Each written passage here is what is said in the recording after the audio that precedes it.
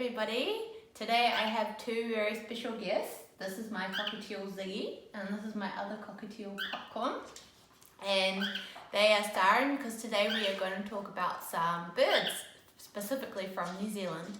I'm going to do a little song for you to start, and we have 4 different birds in the song.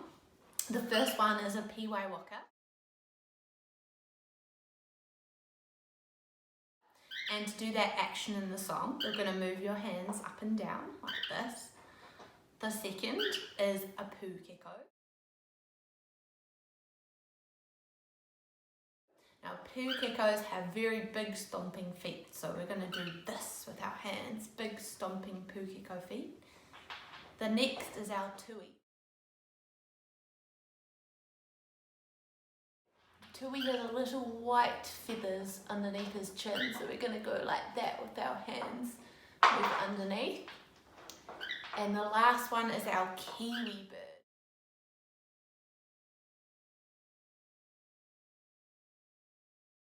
Kiwi birds have really long beaks, so we're going to go like this with our hands up our long beak. So the song goes like this. Toru wha, piwaiwaka, piwaiwaka, pūkeko, pūkeko, tui me te kiwi, tui me te kiwi, nā manu, nā manu. Thanks guys. Now we're going to go over to our story couch to hear our story. See you soon. Welcome back to the story couch, everyone. Today's story is called Abigail Fantail by Janet Martin and illustrated by Marigold Freeman.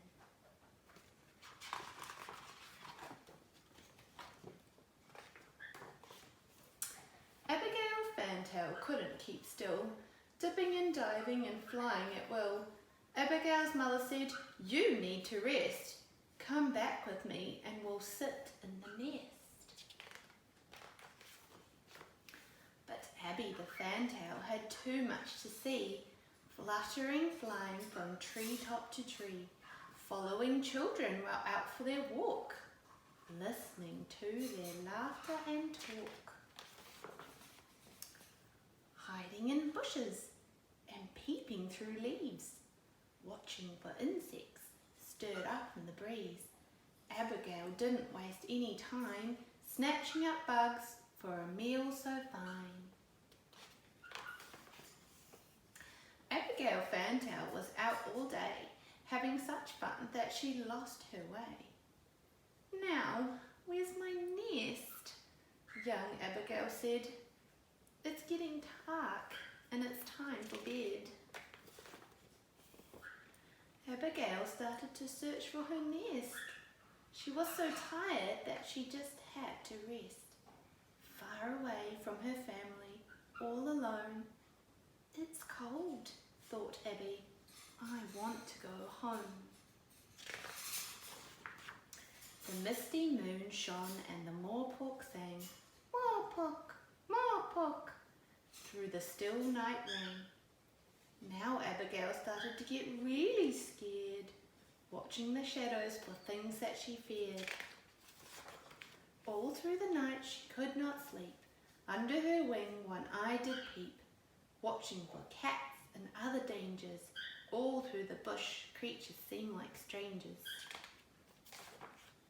Morning came and Abby stretched her wings and her legs. Then breakfast she fetched. Then she heard a familiar song.